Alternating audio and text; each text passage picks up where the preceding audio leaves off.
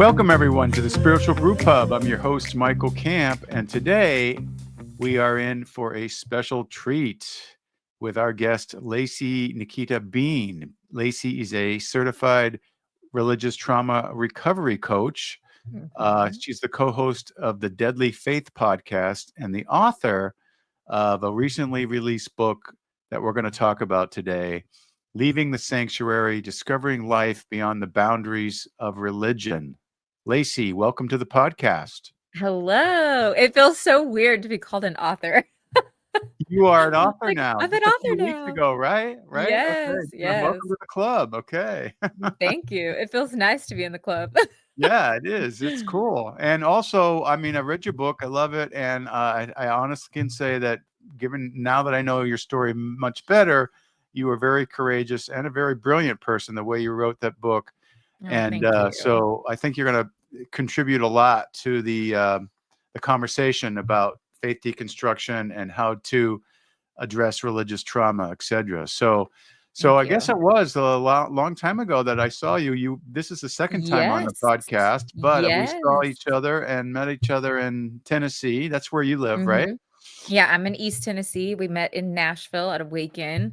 And then I was on the podcast not too long after that, I think. It was maybe 4 or 5 months. Just a little while. Yeah. So anyways, when I was there at that conference, Jim Palmer was there, and he has a program,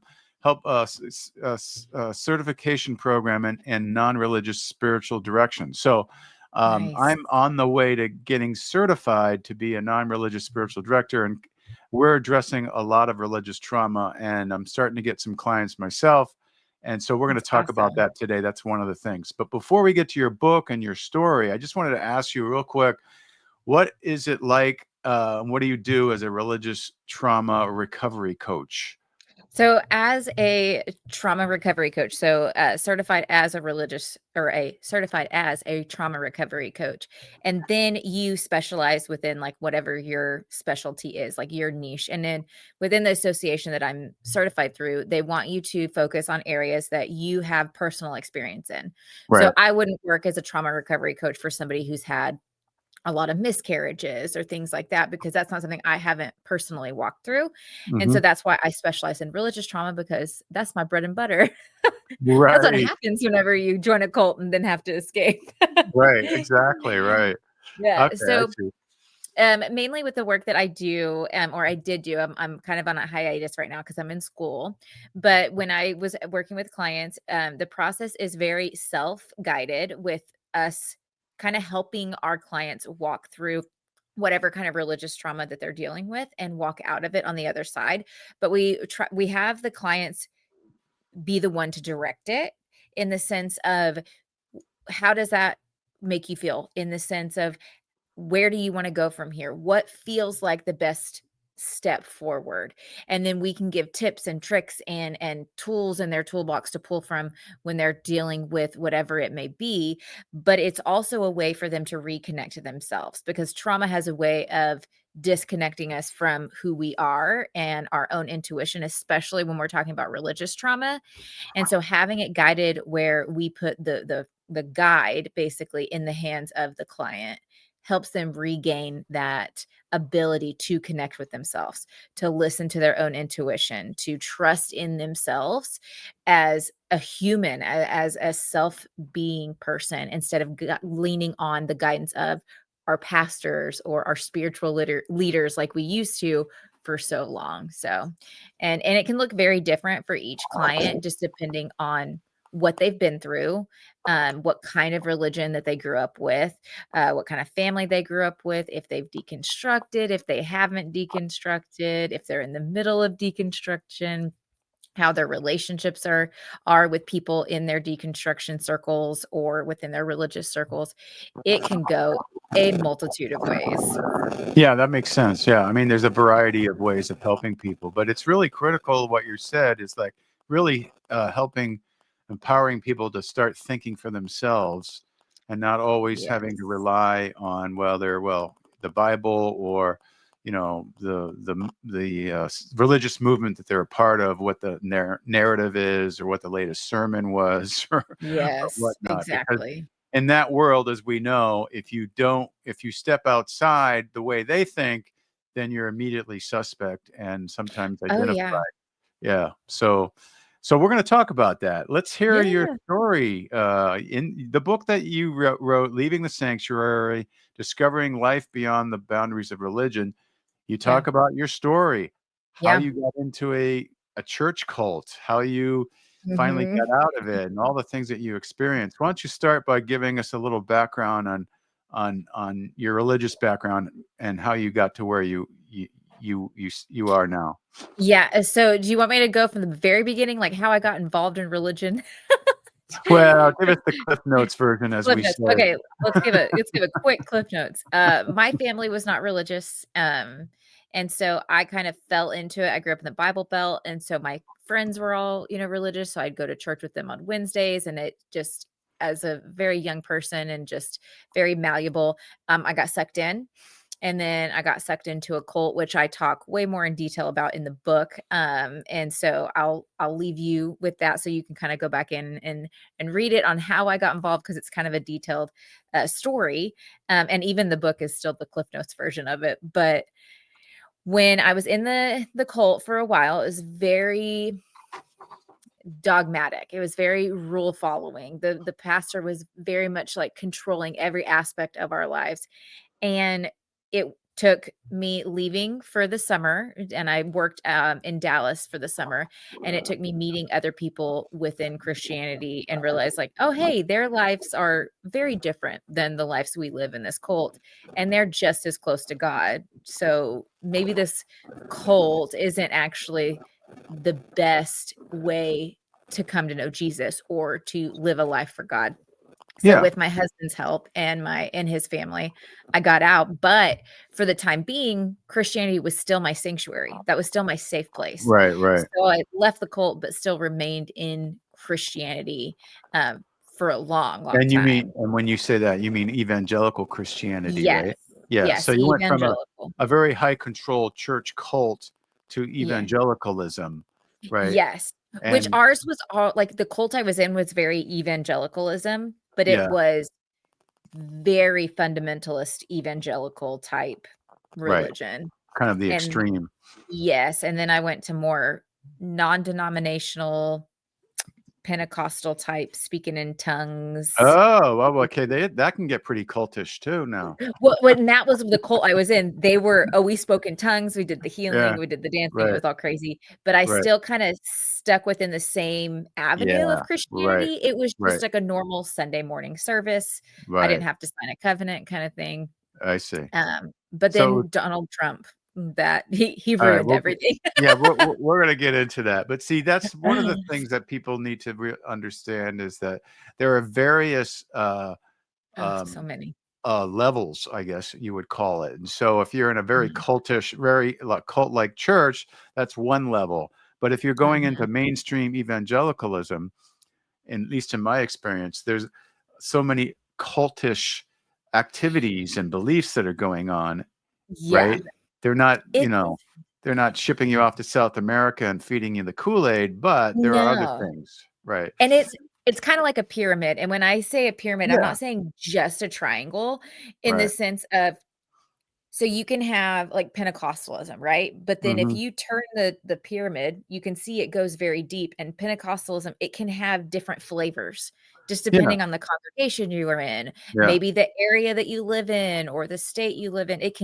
It all fluctuates very, very differently, but then the levels of the pyramid are all the different denominations within Christianity, and there's hundreds of them.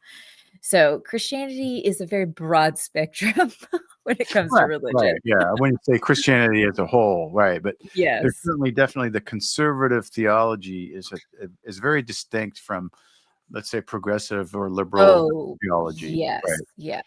So let's get into a little bit about what you mentioned, then Trump happened. You were a good Mhm. conservative Christian, you always voted Republican, Oh, yeah. and you even voted for Trump in 2016 according to your I book. did.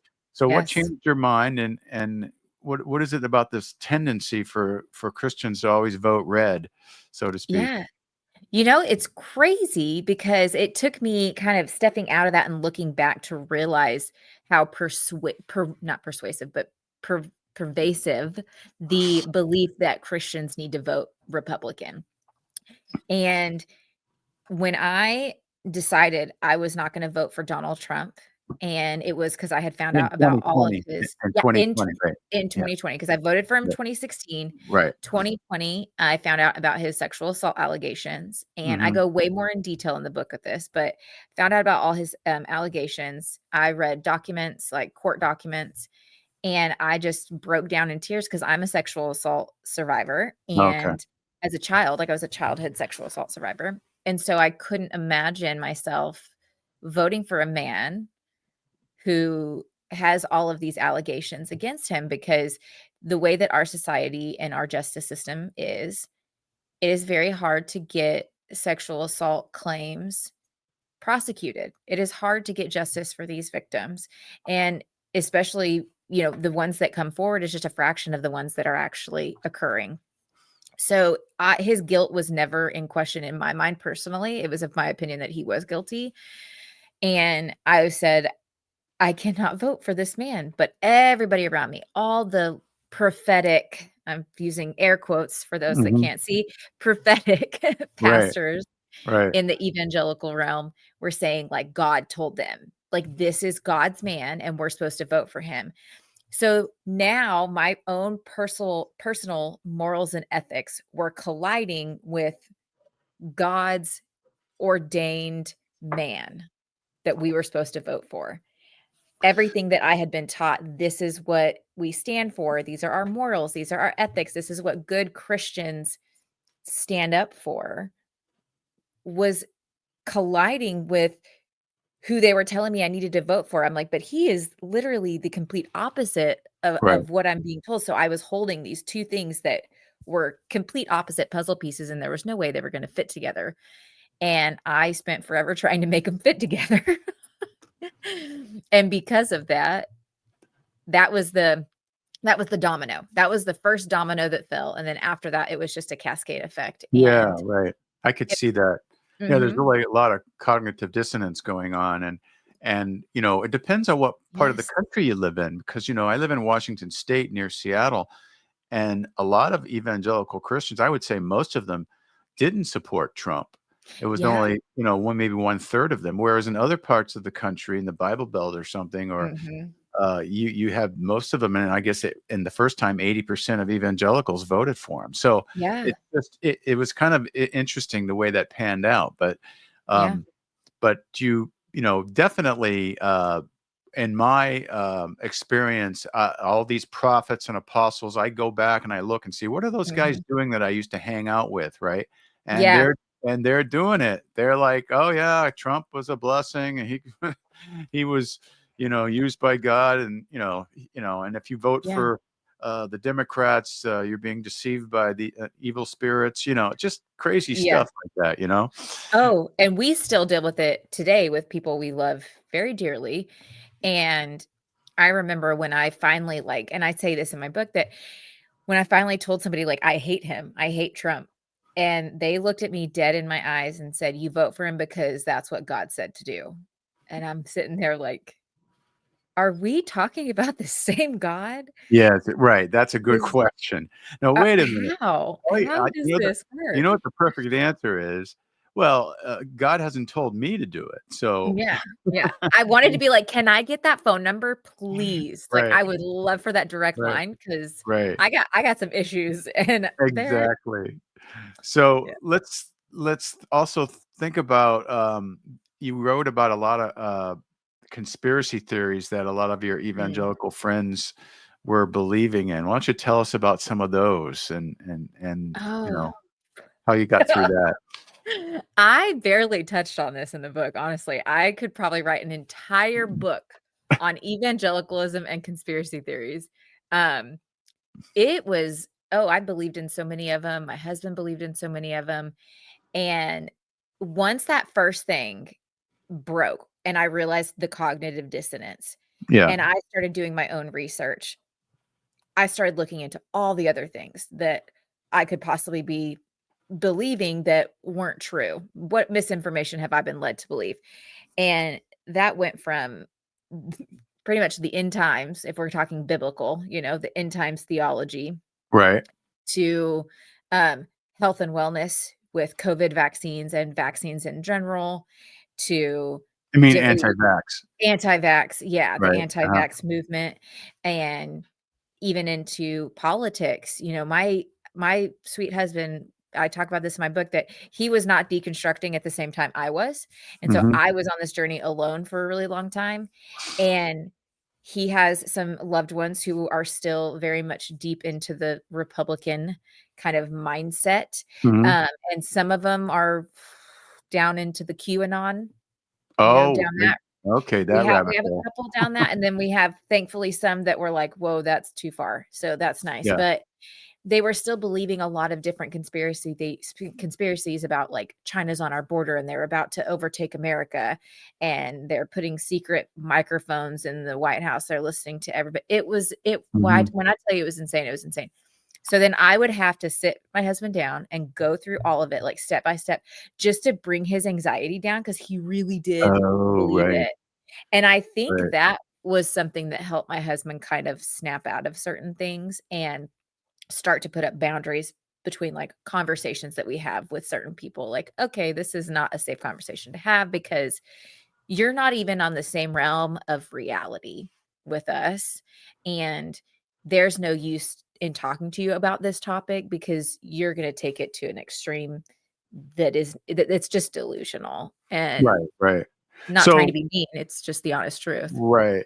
So where did these conspiracy theories come from? What I mean, were the Oh, people just talking about it? Was it all social? Was there particular social media that they would go to that was Christian and advocating this? oh gosh, Facebook was a really bad one, Yeah. and it still is to this day. I see a lot of stuff, spreading misinformation about politics and, crazy conspiracies about, oh, what was the most recent one? Oh, Wicked, the movie Wicked just Oh, came okay. out. All Oh, right. and there's all these Christians sharing that, like, they lost a lot of weight, the 2 actresses. They lost a lot of weight, and that's because they let the devil take over their body Uh, because they took oh on my these roles. And gosh. so it's Oh my gosh. I think social media in general is a bad, it's a bad place for this kind of stuff. It's easy for it to spread, but especially Facebook. It just seems like and I don't say this in a mean way, it's just Facebook is used by the older generation, and the older generations are not as used to technology, especially like internet and internet's, you know, they always told us, like, "Don't believe everything you see on the internet," but then they're turning around and believing everything they see on Yeah, Facebook. right, right. So the And question so is, how do you do good research? I mean, oh, how did you do it? that is very hard, and I'll be the first to admit, doing your own research is very, very hard. So let's jump into, like, vaccines, 'cause this is the easiest kind of, Right. example I can give, is a lot of misinformation when it came to sorry, my dogs are barking in the That's okay. background. Alright. You are in a Um, house, right? It I looks like you're am in a prison, but, I know, I am in a house. I'm in my basement, guys. I'm in my basement, and I think my husband just got home. okay. So vaccines. It is really easy for somebody to read a scientific journal or a scientific entry and then Yeah, come to a conclusion about it that is way off from what the actual scientific evidence is showing. Because normal day to day people like us, we are not educated in the sense of like how to read a scientific study. We don't yeah. understand the ins and out and the intricacies.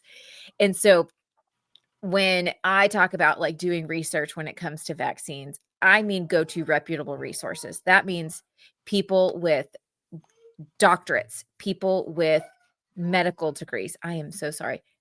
No problem. We can't hear it. It's hardly anything. Oh, Keep going. okay, great, okay. Yeah, right. Yeah, so doctorates, anyone within the medical field who is, scientists who are doing these studies or with the CDC, go to the people and ask your questions. Ask them about the studies, ask them about the science behind it.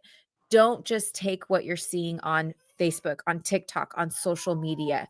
Don't go to that because that's going to be full of mis and disinformation Right, right. when scientists, they're going to be able to kind of break it down in a way that you as a average citizen without a medical background or a scientific background is going to be able to understand.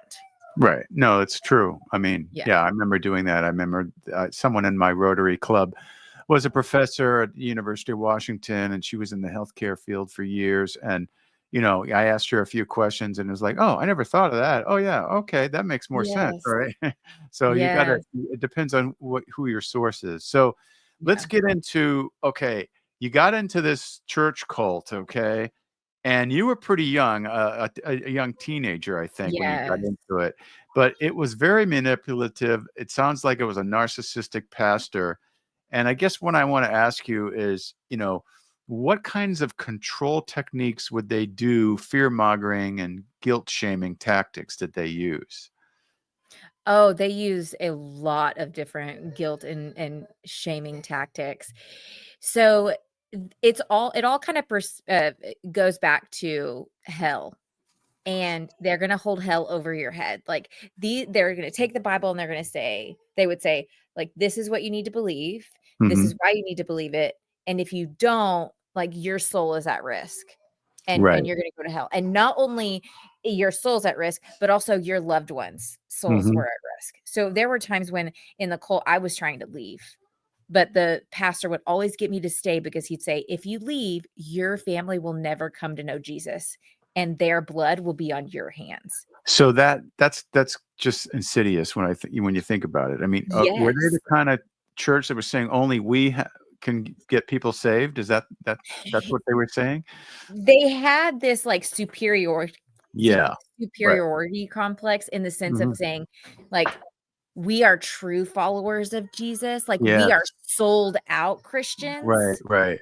when other people at other churches, like, they might love Jesus and they might still be going to heaven, but, like, we're gonna get to sit at the right hand of Jesus when we get to heaven, kinda Yeah. thing. Okay. They had a superiority complex.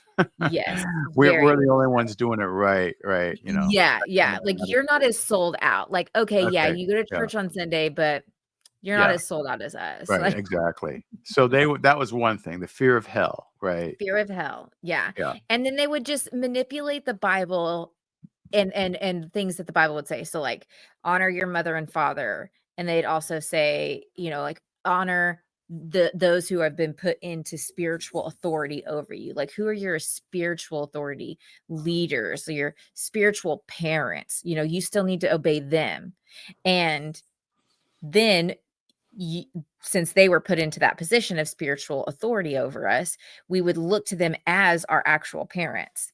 Right. Because for me specifically, and he didn't do this with everybody, but for me, he knew that I was vulnerable in the sense of I didn't have a close relationship with my biological family.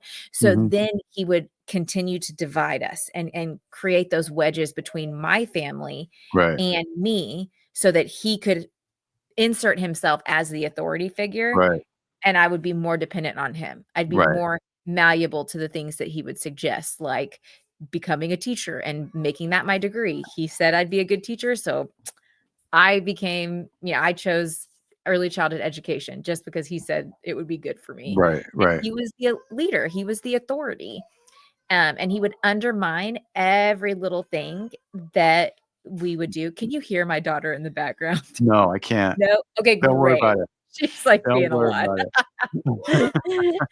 it. They would also undermine our own, like, intuition. So we'd say, like, "Oh, we prayed about this, and we really feel like God's telling us XYZ."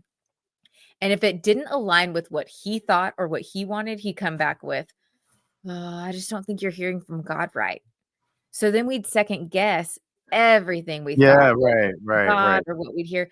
So So then we would only rely on, like, what he was telling us to do or yeah. how he thought something Right. should Yeah, go. I could see that. I mean, that's how people become addicted to approval. They Yes. because they're just like, okay, I can't figure out things myself. So it's always the leaders or the pastor or the prophets and the apostles who really know what's going on, Yep. right? And Yep. so, yeah, that's kind of scary. So you went through that. You were a teenager, in your formative years, kind of Oh, yeah. naive, and Very. easily manipulated because you were looking for some truth and some Oh, peace yeah. in your life, and they promised it, but Yeah. there was a cost to it. Yeah. So what made you finally decide to leave? What was the turning point? A turning point. Oh, so I consider myself a free-spirited person. I love adventures and things, and I think the pastor could tell that when he got to know me. So throughout me being in the cult, he kinda had his thumb on me. Like, he always seemed to control me. There were, like, 3 or 4 of us that he seemed to control a little bit more than everybody else, because I think in his mind, he knew, like, "Oh, they're flight risks, so I need to, like, manipulate them and get them under my thumb even more to try to Oh, I see. guarantee that." Right, right. And so, there were a few times, like, I tried to leave, and he'd pull that whole, like, "Your family won't come to know Jesus," kinda thing. But I constantly wanted to see life outside the cult, and I grew up in Mhm. Texas, this small little town, and I always wanted to travel. So I did a study abroad summer. I did a month in New Zealand and Australia, and that was a complete life-changing experience, and that was one of the first times I got to see life outside the cult itself, especially, like, my own little small town. And then I went the very next summer, I went to, Dallas, which was, like, 4 hours away from where I grew up, and I got to do some, ABA therapy with autistic children, and I got some Mhm. school credit for it. And while I was there, my aunt introduced me to this church and said I should go. And when I went to this young adults group, I ended up meeting my husband and his entire family, and we got really close, and I ended up going to church with them multiple times, and I started seeing people living life very differently than how the cult lived life and how we lived life. And it was so bad that I thought I was sinning just from Tyler, my husband, my just friend at the time. He was sitting in the car with me. That was it. We were just sitting in the car, and I thought I was sinning. Oh I my was like, gosh. "I'm going to hell." Like, they're gonna be so mad at me. Jesus is mad at me because I'm sinning right now because he's sitting in the car beside me. And, there was less stress, there was less fear, it was just this very free-spirited, "I love Jesus and I'm living my life to serve him, but in a free way." And, the thing that really broke the camel's back, I think, was when I went over to my husband's sister's house. We were gonna have dinner, and his mom was there for just the first little bit, and she's telling this story. I cannot tell you what the story was because I can't remember any of the story. All I remember is she used the word bitchin'. She was like, "That's Okay. bitchin'." And I went, "Oh," and I Oh was my shocked gosh. because she was a pastor of a ministry school. And I was like, "This woman just used the word bitchin' while being a pastor, but she also loves Jesus."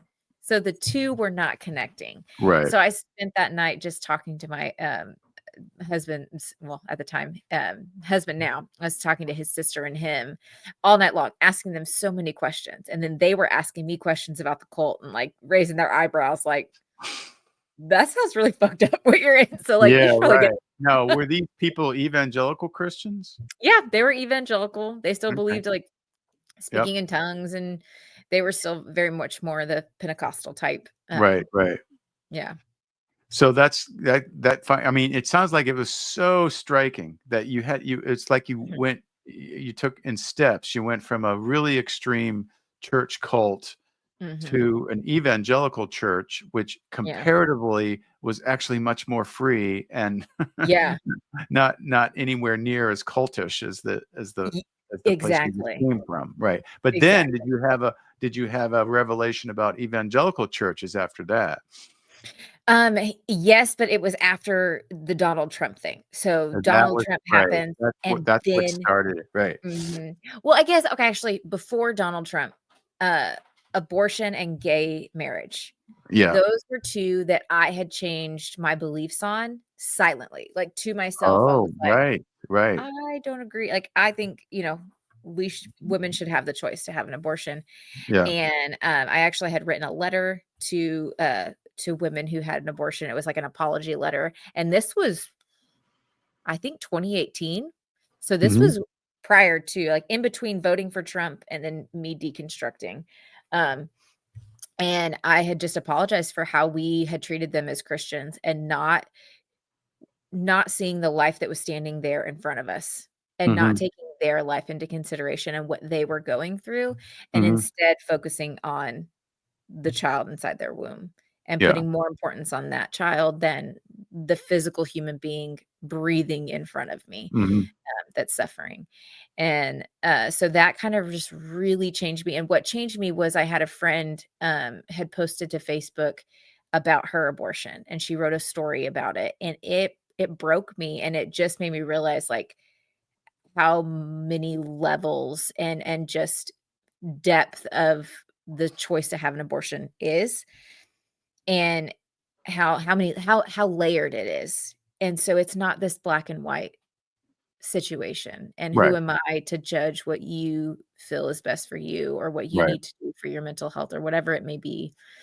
And then my brother's gay, and so is my sister, Okay. and Mhm. I have, like, pretty much the entire alphabet mafia in my family, and, so that it took me a while, but if I started coming around to my brother and sister and being them getting married and equal rights. It kinda just it was like a slow chip away, but I definitely supported the LGBTQIA, you know, Right, right.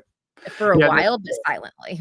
yeah, that's very common to have like of a silent questioning. I had the Yeah. same thing. I questioned the doctrine of hell. I questioned the inerrancy of the Bible, and I was still in the evangelical church for Mhm. years. But Yes. you oftentimes don't wanna say it out loud because you No, know no, what no. people are gonna what they're gonna say. You might Mhm. become suspect. Someone's gonna take you to the side and say, "You're really, Yes. going down a dangerous path, and you shouldn't be Oh. thinking this way," and Oh, Right. I feel like you just recaptured, like, one of my memories. I had Yeah, literally had somebody do that to me. They were like, right. like, "I'm just not sure about the path you're going down," and even tried to say that they thought the devil was leading me astray. Exactly, they'll say things like that, "You're being deceived," yeah, Mhm. and so that's why people keep it a secret, right? And then until Yeah, finally some things come to a head and they say, "Well, this is enough. I've gotta be myself," and that's yeah. part of the thing. If people don't feel like they can be themselves, No. right? The group think is so strong. Um, Very strong, very so, strong. one of the things I liked about your book is that you have some really good lessons for people who are, you know, struggling with a rigid religious system and they're coming out of it. But what do you do? How do you handle it? And there's all Mm. kinds of feelings that people have. There's depression. It's difficult. It can be Yes, very very. liberating too, but it's a mix. It's like difficult and liberating, and you have to get through it, right? It So is wild. yeah, it is wild. But one of the things that when you had some good things to say about setting boundaries, Mm, right? You're coming out of a church or a system, and those people are yes. coming against you. How do you set boundaries to protect yourself and to still maybe have family and friends that you still need to be connected to? Yeah. So for me, I didn't realize it at the time that I was setting a boundary until it had been probably a month, and I was like, "Oh, I set a boundary." I was at the time I'm very how outspoken I am now is very different from who I Oh, was prior really? to me. Oh, I was very meek and, like, I wouldn't start a fight, I wouldn't start argument, I wouldn't speak up for myself, I just would silently keep everything bottled up. So, at the time, we lived in, North Idaho or no, South Idaho. We lived in South Idaho, and it was just us. We had no family near us. So that also really made it really easy for me to deconstruct because I had that distance from close friends and family who I grew up with in the church or we had, been on the same page religiously for a long time. And then the topic of, religion and politics was coming up, and like we said just before this, I knew what they were going to say. I Yeah. had heard Right. it time and time again. God's ways are higher than our ways. We don't know what God's plan is. We aren't made to understand everything. We're just made to follow God kind of thing. It's that very spiritual bypassing where we're just shutting it down, giving a blanket answer The pat so that answer, right. yes, yeah, so we don't have to feel uncomfortable, or we don't have to Mhm. dig deeper into this question that might Right. bring up some feelings. I knew what they were gonna say, and I didn't wanna hear it, I was Yeah. done with all of the very pat answers like you'd said.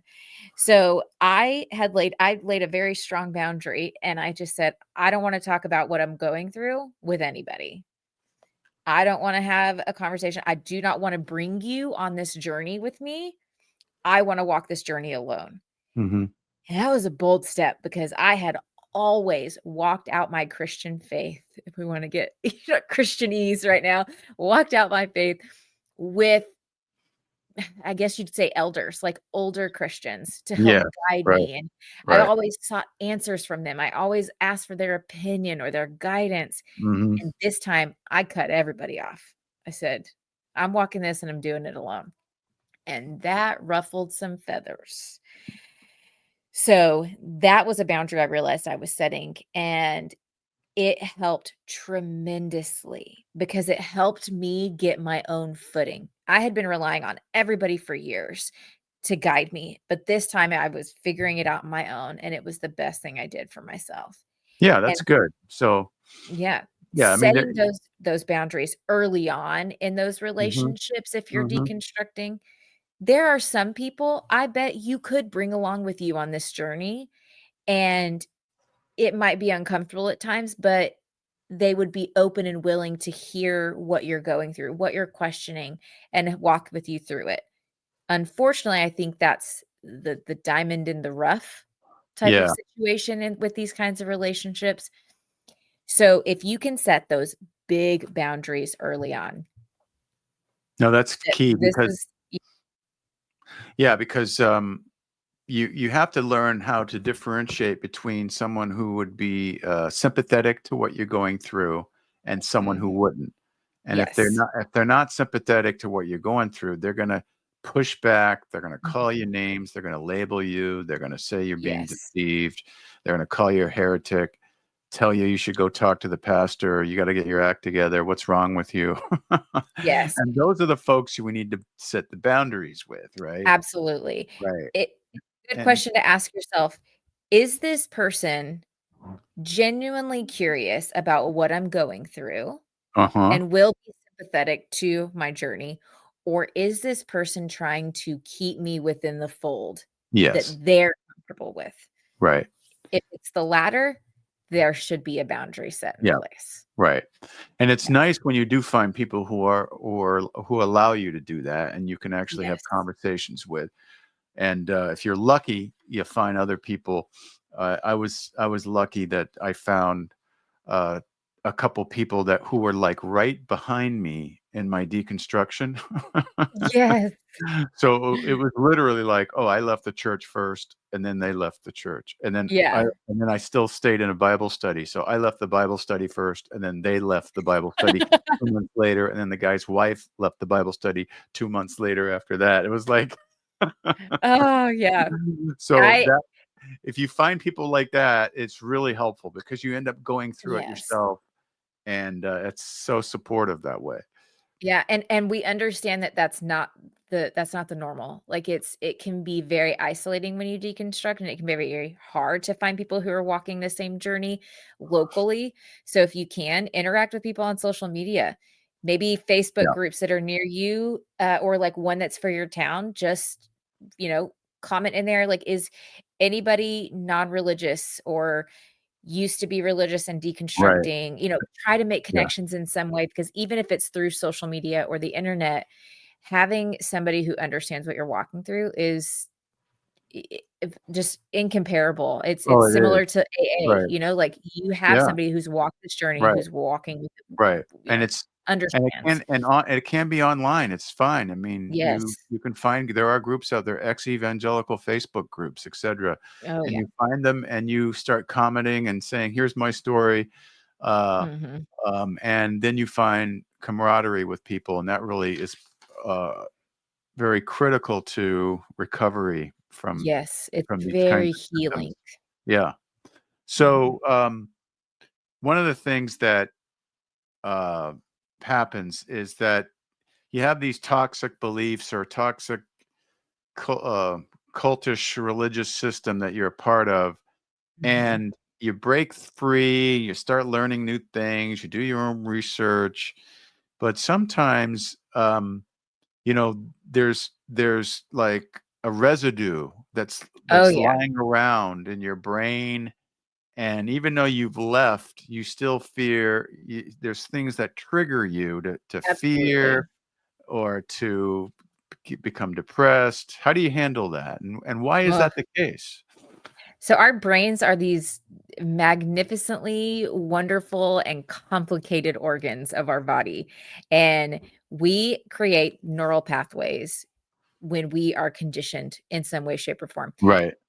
For example, when you're learning to talk as a baby, your brain is creating those neural pathways, and it is creating that habit and that conditioning within you for something just as simple as or not simple, it's not simple, talking or learning to walk. And it's the same way that it's the same it happens the same way when we're conditioned to believe certain things. When we're told over and over and over again that we're gonna burn in hell if we're not giving our lives to Jesus, or if we're not committed to him, or whatever the belief may be, our brain is conditioning itself. It is creating that neural pathway. And what happens is a lot of times that is activating our sympathetic nervous system, our fight and flight mode. Hmm. And whenever that's activated and whenever that neural pathway is created, anytime something comes up in the future, even if you're far removed from it, Hmm. and you hear the same Bible verse that was used Right. against you, Yeah. it's gonna activate that same neural pathway. It's gonna reactivate your sympathetic nervous system, and it's gonna tell you, "Oh, we gotta fight or flight." Like, you're supposed to get away from something because your brain isn't understanding that there's nothing to run away from. There's no danger in this situation. Even though part of your brain understands there is no danger because you've deconstructed. You don't believe in hell anymore, but you're having to reteach yourself and reteach your brain a different neural pathway. That's right. Right. So no matter how how much you've told yourself or how much research you've done, and the best example I can give kind of like in a real world example outside of religion was vaccines. I was anti-vax for a very, very long time. Whenever I became pro-vax and I decided that I was gonna start getting vaccinations, I had done my research. I had talked to doctors. I had talked to scientists. I had them break down every little bit of all the misinformation Yeah. that I had learned. They had busted all of the misinformation. They had cleared up every concern I had ever had. I could science the shit out of everything that I was scared of. Right.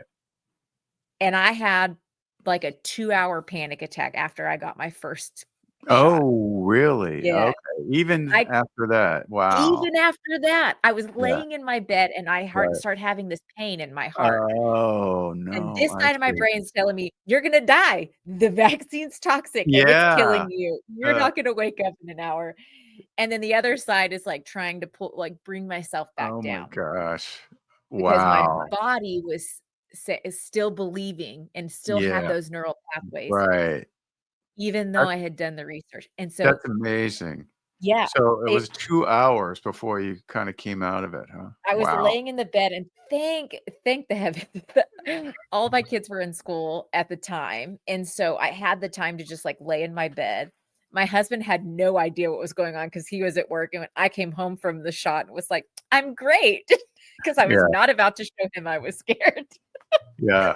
That's amazing. Uh, Well, and so it's the conditioning, the indoctrination, and you might call it even brainwashing that yes, it takes a while. I mean, even though, like you said, you can come to, okay, I'm not going to believe that anymore because I looked at the evidence, whether it's the doctrine of hell or vaccines or whatever it is, and I know it's not true because of this evidence that I've looked at, but the patterns are still there, the right? patterns, the And conditioning. the So conditioning.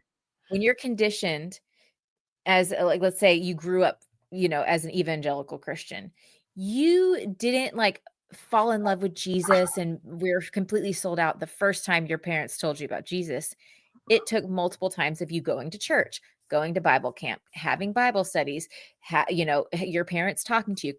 It took that multiple conditioning for you to get to the point where you were. Same thing when you deconstruct. You can't just be like, turn it off. I'm done. I walk away. I'm completely fine.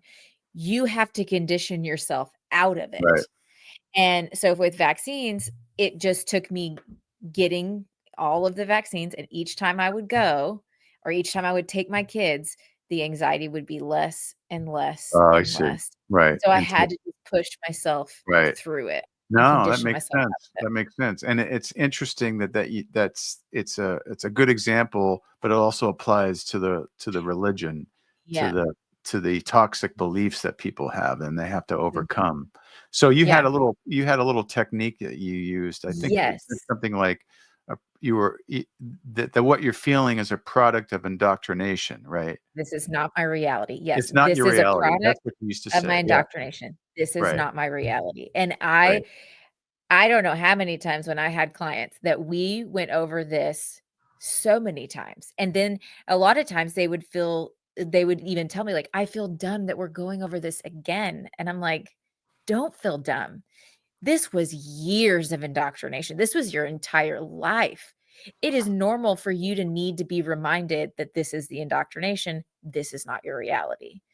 And they would constantly go back to that. Okay, this is not my reality. This is just the indoctrination.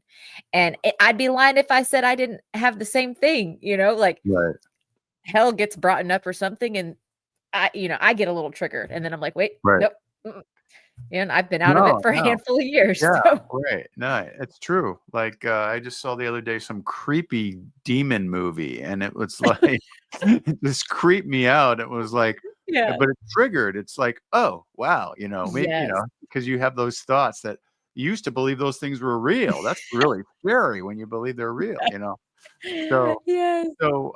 what you're describing is kind of a form of, cognitive behavioral therapy. I don't know if you Mhm. ever had that, but I did, and I Yeah. talk about it, and I'm gonna be talking about it in my next book. But Love it. what you're doing is you're training people to, address these automatic thoughts that come up of Yes. fear or whatever they are, figure out what the distortion is, right? And you just did. Yeah. It's not your reality, it's the indoctrination. And then come up with a rational response to it and remind Yes. yourself of all the things that you've researched and everything. And then, Yes. like the woman said, I can't believe I have to do this over and over again. I feel so bad. But it's so true. You have to do it over and over again. And then the more you do it, like you said, Mhm. the next time it's not so strong, and the next time it's not so strong. Yeah. And then sometimes it's kinda like a long time goes by, but then it comes back, and then you have to take those tools out of your back pocket and you go, "Okay, I'm gonna use those Mhm. tools again," and then it goes away. Yep. Right. Yeah. It's our brains are amazing, and just like we can be conditioned to believe a certain way is the same way that we can be conditioned to do some kind of hobby or some kind of craft. We condition ourselves to get better and better and better with practice. Now, you may not have thought going to church and doing Bible studies and all of that was practice, but it wasn't a way Yeah. practice for Right. your brain to accept this belief system. And Right. so if you're gonna practice yourself into something, you have to practice yourself right on out. Yeah, right, exactly. So, I mean, the process is difficult, but it has, some rewarding moments. But when you started going through deconstruction, you ended up getting, diagnosed with depression, right? And Oh, ADHD. yes, yes. I So was that must have been diagnosed tough. Yeah, I was diagnosed with depression, 2 times in 1 week, Oh my 2 gosh. different doctors. So I went to Okay. my main doctor. It Mhm. was it's like my favorite doctor I'd ever had. He was amazing. He was a med student. He was like 4th year med student or something like that. And it was the most thorough, like, first, like, establishing care appointment I'd ever had, and he went through everything. And he, in this appointment, straight up asked me, "Is there anything going on in your life spiritually that could be, uh, that could be affecting you mentally?"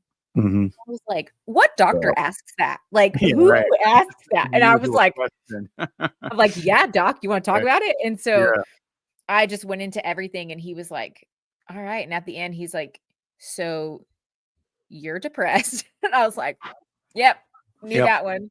Yeah. And so, they encouraged me to get on meds, but he said, "More importantly, I encourage you to see a therapist." And I had already established an appointment with a therapist to get my ADHD diagnosis, and it was 2 days away. And so he said that, like, "Okay, let's put a pin in this, talk to that doctor, let them do an evaluation, and then we'll go from there." Right. So That's good. I went to my ADHD evaluation, and I didn't tell them anything about my appointment 2 days before, and they just thought I was there for ADHD evaluation. But of course, it's a very big evaluation. They ask a lot of questions. It takes a few hours. And so I walk in and I lay my life out on the line for this lady. And at the end, same thing. She's like, "You definitely have ADHD. You're also dealing with depression." And I was like, "That's what my doctor said 2 days ago." She's like, "Okay." So I started doing like talk therapy because I was really scared of medicine and getting put on any kind of meds. And so it was still a handful of months before I actually like got on an antidepressant, but it helped tremendously Oh, when I yeah. finally Yeah. got on one. Right. Yeah.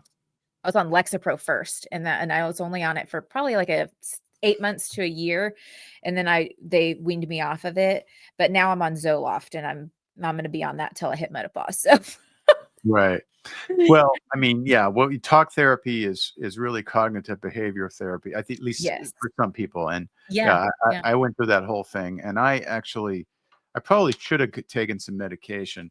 I was so bad off. I was really a basket case for a long time, but I never did. I actually it's never did, and I've yeah, gotten over it without any medication. But yeah, so it's possible. But these are tools that people have that mhm, can really help people who are yeah, depressed. And it's very common for people coming out of evangelicalism or church cult or whatever to have yes, these yeah, issues. And so there's a lot of help out there, folks, for this yes. kind of thing. And I do want to say, I know there's a lot of fear in the evangelical circles when it comes to pharmaceuticals for mental health. Yeah. It has been kind of demonized for a really long time. And they Yeah. say, like, "Oh, it's like numbing all of your feelings." If you go to a doctor for mental health and the first thing they say to you, the first thing out of their mouth is, "We need to get you on some meds." That probably isn't a good doctor you need to be talking to about this, because every doctor I have talked to about my mental health like issues, the first thing they say is, "How are you working, or what do you want to do to work through this?" And Right. their biggest thing is usually going to therapy and some kind of actual like Yeah. talk therapy of some sort to help process through something, Right. because the medicine is a tool. It's not the entire toolbox. It's Yes. just one tool in Exactly. it. And they have always approached it as like, this is something that you may need for a season. The only reason I'm on Zoloft right now is for a medical condition that isn't mental. It's actually like it's a whole nother thing. But if they are adequately looking at the situation, they're taking the whole situation into consideration and not just trying to put you on a med. And usually it's just gonna take the edge off to help you process through the trauma. No, It's that's a not good gonna point. numb And you. I'm glad you Yeah, said that, because that's really what the same conclusion I came to, is that yeah, I don't be dependent on yeah. antidepressants, right? That's Mhm, not the long-term answer. That might be something short-term to get you through, get you over a hump, mhm. but in Yeah, my opinion, talk therapy, cognitive therapy, another mhm, therapies really yeah. really work. So And we're there's talking specifically like deconstruction and depression. We're not talking outside that. There's a broad spectrum of mental health diagnoses. So we're not talking about those because that Well, could yeah, be there's another part of it that maybe actually might be biological, and that's another animal, like yeah, yeah. schizophrenia or what, Right, bipolar or right. something like that. I So just wanted to you clarify yeah, because that's good somebody clarify. doesn't take that out of If you context. need, yeah, there are some things that you might need medication for Right. longer term, but so many times people just depend on the antidepressants and not get to some of the roots. Yes. So One of the other things that you brought up in your book that I thought was really important, and you went through this yourself, is that, what let's just put it this way. What wisdom do you have for people, how to survive in marriages when two people aren't deconstructing at the same time? Oh, this is a hard topic this is a hard topic just in general because I feel to be Christianese again, I feel very blessed with my deconstruction journey in reference to my spouse. My spouse and I did not deconstruct at the same time. He has deconstructed now. We're at different spots on our journeys. They kind of landed in a little bit of different spots, but we're very um, open to each other, just like having our own journeys, like whatever that looks like, wherever you land. So I feel very, very blessed. I know many couples who their marriage did not survive deconstruction, and that is very difficult. Um, the best thing I think I can give you is if you are the spouse of somebody who is deconstructing, one of the best things my husband did for me was he gave me the space to deconstruct. Mhm, He didn't try to control me. mhm, He said, "You are your own person. You walk out this journey, and I'm mhm. gonna stand here right beside you. I don't get what you're going through, and I don't know why you're going through it, and it makes me uncomfortable, but you're my wife, and I'm gonna stand here with you. I'm gonna Right. allow you whatever the space you need." And then after that, he decided, I want to understand why she's questioning. Like, what is it that's making her question? And then he kind of started to dig into some things on his own. I didn't push him. And that leads into if you are the one deconstructing and your spouse isn't, don't push them to deconstruct Right, exactly. because that I feel like is just going to make them more bitter. And so if Mhm. they're allowing you space to deconstruct, you allow them space to not deconstruct. Right. Or Whatever. or or when they finally start to do it on Mhm. their terms. Exactly. Yeah. I Something I did was I did not send my husband TikTok videos. I did not send him like any kind of social media stuff. If I ever showed him like a funny TikTok or something, I would just show him on my phone. I wouldn't actually send it to him because I did not want to influence his algorithm, influence his FYP in any way, shape, or form. Mhm. And I wanted him, if he was, whenever he was or if he was going to deconstruct, for him to feel comfortable coming to me and talking to me about things when the time came, but I didn't push it.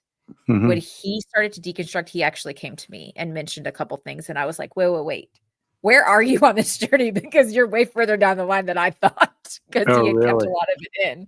Really? So, allowing each other the space to walk out their journeys, whatever that may be, and go to therapy. Go to therapy, both of you. Marriage therapy.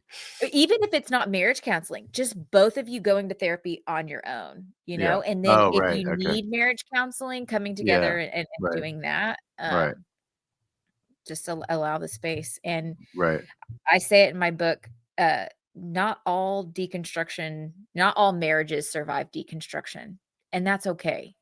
Don't compare your marriage or your journey to somebody else because there is so many different aspects that's coming to play with your relationship with your spouse and my relationship with my spouse, and they could be very opposites. So some survive and some don't. That's right, So and that's okay. yeah. So, we're running out of time here, but wanted to ask, finally, like, where are you at now in your spirituality? So I would say if I had to put a label on it, I am an agnostic atheist. I have days where I'm like, I totally believe in something out there. And then there's days when I'm like, it's all fake. And so I'm very fluid. I don't know, but I'm very open to learning. I'm at a point, I think now, is I'm very curious about other people's religions, Mhm, whether that's Muslim or Buddhists or whatever it may be. mhm. I'm curious to learn what their faith practices are and where they kind of got them from. I'm more interested in like the history of it. But I'm very much at peace with not knowing. and being more present in my day-to-day life here on earth with my family, my friends, my kids, my projects, just doing the best I can and being who I am here on earth because that's all I have that I can Right, guarantee. right, right. That's it. So, No, that's good because so many times people, well, there's always it really you could decide how you want to where you want to land and mhm. it's up to you. It's not like you have to do it a certain way. Um, I didn't land as an agnostic or an atheist, but I don't have any problem with you landing there. See, and Exactly. that's the thing. Yeah. So Yeah. evangelicalism or conservative Christianity teaches you should be upset that she's, this way Yes. or that way, and you have to um, explain it. You can't land there. You have to Mhm. at least believe these things, et cetera, et Yeah. cetera. Right. Yeah. That's what we're getting away from. That's Yeah. fundamentalism. And Yeah. so you don't want to you don't want to land as a fundamentalist on the other side either, right? Like Mhm. trying to convert people to become atheists or something. but Yes. just let Yes. people land where they land. And I love having conversations with people because, like you said, you want to learn the history. If you learn the Yes. history of Christianity just alone, it will blow you away because you're going to Yeah. find all kinds of the good, bad, and the ugly, right? Yeah. And you Yeah. might find that there's still something there when you look at that, and you Mhm. say, "Well, I can differentiate because now Yeah. I can decide. I don't have to believe the whole Bible. I can actually believe only this Yes. part of the Bible, not this part of the Bible, right? Yeah. Yeah. Because you're free to do that, right? Yes. And that's where it comes in. And that's when you really discover things, in my mind. Yeah. Yeah. And I tell people, like, I think the Bible in and of itself is a very beautiful piece of literature if we look at it as a beautiful piece of literature. But when we start taking it as factual historical evidence, we're you're Yeah, missing half the point. You're missing so yeah, many yeah. different You can aspects. get, yeah, you can get Yeah. lost in that. So, I mean, Mhm. right. I mean, really, it's a love ethic, at least in the Jesus teachings that Yeah. I focus on. So, Yes. Yes. all right. Well, this has been great. Yes, Thank you thank so much for you. taking the time to Yeah, join enjoy us it. here in the Spiritual Brew Pub. And usually, if it's in the evening, I usually have a beer, but not. It's in the evening for me. I'm on the East Well, Coast. you could have one, but you know what happened the other day? They asked me to be on the God Squad because they needed someone, and it was in the evening, so I grabbed a beer and I said, You're "Okay." like, The God Squad is a podcast, folks. that's funny. Or you have, what is it? Higher Minds where they're like, they smoke Oh, they weed, smoke a little weed smoke a for little the weed before they podcast? start talking. Okay, there you go. All right, that'd be interesting. All right, well, speaking of podcasts, just tell us about Deadly Faith Podcast. It says it right there. Yes. Oh, the Dead Faith podcast. It's my passion. It's my love project. I love this thing. So it's a podcast that I do with Lola Robbins. We both of us we co-host it. And we cover true crime, but we cover religious true crime. So we cover pastors who murder, we cover cults, we cover everything in between. And we even cover big name like serial killers, like the more infamous ones like BTK and uh Jeffrey Dahmer, and Lola's actually about to cover Ted Bundy. And I messaged her and I was like, wait, I saw Ted Bundy on our list. And she goes, I was like, is that religious at all? She goes, I learned something. And I Oh, was like, okay, James, isn't James Dobson having to do with something like that? I James. thought James Dobson uh, claimed to have converted him when he was in prison. Or Oh, well, I have no idea. She's going to present the case. okay, So she's going to maybe I'm teach getting me him mixed up something. with someone else, but I think that might be the Maybe, case. may Right, I don't know. So right, we'll have to see, but we kind of we'll talk about how whether their religious beliefs played or influenced into their crimes or didn't. Or we'll talk, like, for example, like Jeffrey Dahmer. He was a homosexual, but he wasn't out to his family and friends because of his religious beliefs growing up. And so we talk right. about like the harmful toxic beliefs and how they can impact us, and did that play a part in his crimes? Did it not? So we have those kind of interesting conversations. Cool. And so, yeah, it's one of my favorite things I do. I never would have thought of that. Religious Yeah.